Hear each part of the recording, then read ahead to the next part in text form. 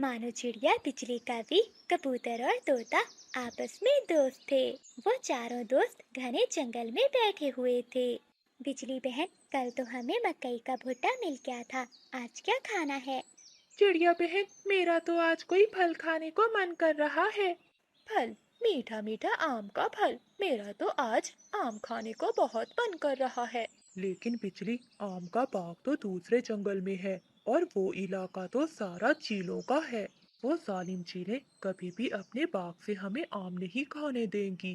कबूतर भैया, वो चीलें भी तो हम जैसी पक्षी ही हैं। बड़ी हैं तो क्या हुआ, हम सब चीलों से बात करेंगे, देखना वो मान जाएंगी। तो फिर चलो, हम सब आज दूसरे जंगल आम खाने जाएंगे। सलाह करने के बाद वो चारों दोस्त दूसरे जंगल के लिए रवाना हो जाते हैं। हवा चल रही थी, आसमान पर काले बादल छाए हुए थे। ऐसे मौसम में उन चारों दोस्तों को उड़ने में कोई भी मुश्किल नहीं हो रही थी। वो चारों दोस्त दूसरे जंगल में आम के बाग में पहुंच जाते हैं। चीलों के बाग में पेड़ों पर बड़े बड़े आम लगे हुए थे। दोस्तों, ये आम तो बहुत बड़े हैं। अगर हमें एक या दो आम मिल जाए तो हम सबका पेट भर जाएगा। चिड़िया, यहाँ कोई भी नहीं है, चलो हम आम चोरी करके ले जाते हैं। बिजली बहन, चोरी करना बुरी बात है, हम चीलों से बात करके आम तोड़ लेते हैं। कौन? चिड़िया बहन, कौन जाएगा चीलों से पूछने? मैं जाती हूँ। चिड़िया, यहाँ एक चील मेरी माँ की जानने वाली है, अगर मुझे वो मिल गई तो फिर हमें कोई भी नहीं रोकेगा। फिर वो सब दोस्त बिजली कवि की बात मान लेते हैं। फिर बिजली कवि पहाड़ों पर चीलों के पास चली जाती है। वो वहाँ जाकर दरवाजे पर दस्तक देती है। छोटी, जरा बाहर देख, कौन है?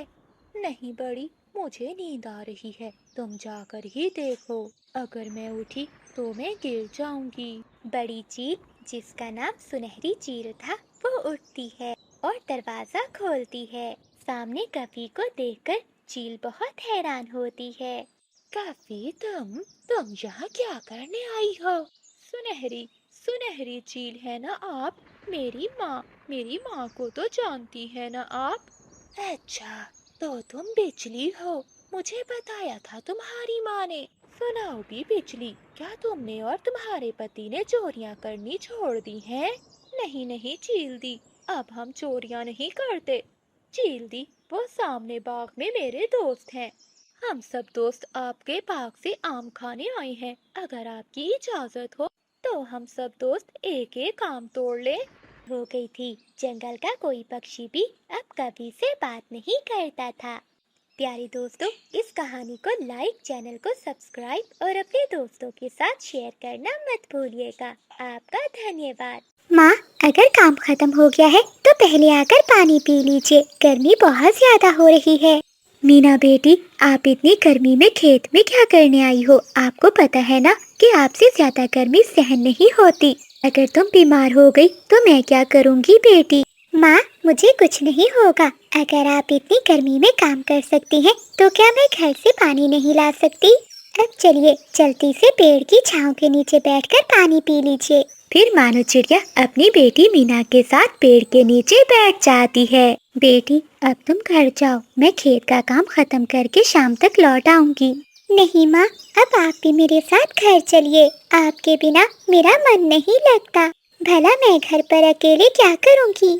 बेटी, तुम तो जानती हो कि तुम्हारे पिता अब इस दुनिया में नहीं है। मुझे ही अब तुम्हारा ख्याल रखना है। और इस साल तो हमने खेत में टमाटर की खेती की है। अगर मैंने टमाटरों का ध्यान न रखा तो ये सब खराब हो जाएंगे और फिर हमारी सारी मेहनत बर्बाद हो जाएगी। ठीक है माँ, मैं घर जा रही हूँ, लेकिन शाम को समय पर घर लौट आना। और हाँ, समय पर भोजन खा लीजिएगा। फिर मीना चिड़िया अपनी माँ को भोजन देकर घर आ जाती है और वो अपने पिता की तस्वीर को देखकर रोने लगती है। बाबा, आज मुझे आपकी बहुत याद आ रही है।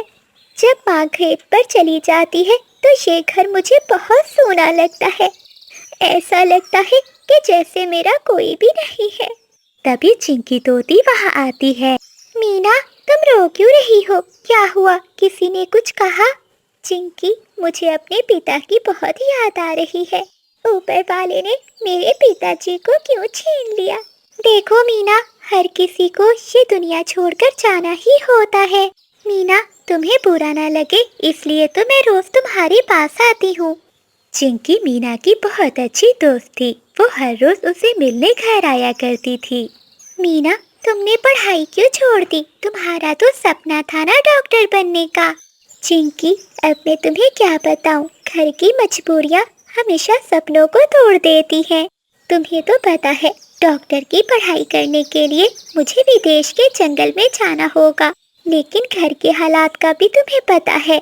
मैं माँ पर और ज्यादा बोझ नहीं बनना चाहती, इसी कारण मैंने अपनी पढ़ाई छोड़ दी।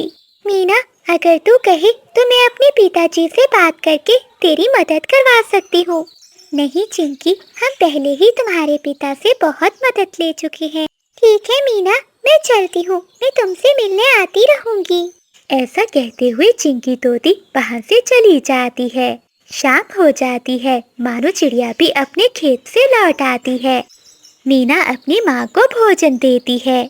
मीना, अगर तुम्हें बुरा ना लगे तो क्या मैं तुमसे एक बात कर सकती हूँ? जी माँ, कहिए, भला मैं आपकी बातों का क्यों बुरा मानूंगी? बेटी, अब तो बड़ी हो गई है, मुझे लगता है कि तुम्हारी शादी कर देनी चाहिए। माँ, ये आप क्या कह रही हो? मुझे शादी करने में अभी दिलचस्पी नहीं है और मैं आपको छोड़कर कहीं भी नहीं जाना चाहती। बेटी, मेरी बात को समझो, तुम्हें एक न एक दिन तो जाना ही है। अगर मुझे कुछ हो गया तो तेरी शादी कैसे हो पाएगी? लेकिन माँ, मेरे जाने के बाद आपका ख्याल कौन रखेगा? बेटी, तुम मेरी चिंता ना करो, हमारी पड़ोसन कबूतरी है ना, वो मेरा ख्याल रखेगी। ठीक है माँ, जैसे आपको ठीक लगे। अगर आप मेरी शादी करना चाहती हैं तो मैं तैयार हूँ। फिर मानो चिड़िया बुलबुल के पास जाती है, जो जंगल में पक्षियों के रिश्ते करवाती थी। बुलबुल बहन, क्या तुम मेरी बेटी के लिए कोई अच्छा सा रिश्ता ढूंढ दोगी? हाँ हाँ चिड़िया बहन, क्यों नहीं। मेरी नज़र में एक चिड़ा है, वो चिड़ा बहुत अच्छा कमाता है। एक कवि ने उस चिड़े को पाला है, वही उसकी माँ है। रिश्ता तो बहुत अच्छा है, लेकिन एक समस्या है। क्या बात है बुलबुल बहन, बताइए मुझे। मानो बहन, तुम तो जानती हो, आजकल के पक्षी दहेज की लालच करते हैं। अब तो जंगल में बिना दहेज के शादी करना संभव ही नहीं रहा। आप कहना क्या चाहती हैं? मैं समझी नहीं। बहन, चिड़े की माँ कवि ने दहेज में सोने का हार और सोने के झुमके मांगे हैं।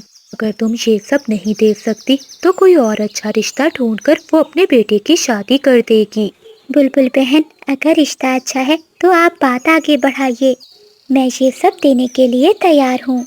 लेकिन मानो, तुम ये खरीदने के लिए पैसे कहाँ से लाओगी?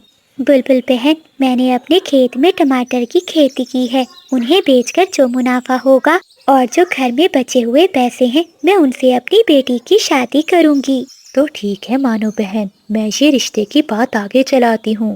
दहेज में सोने का हार और झुमके मिलने पर चंदू चिड़े की माँ बिजली का भी तैयार हो जाती है।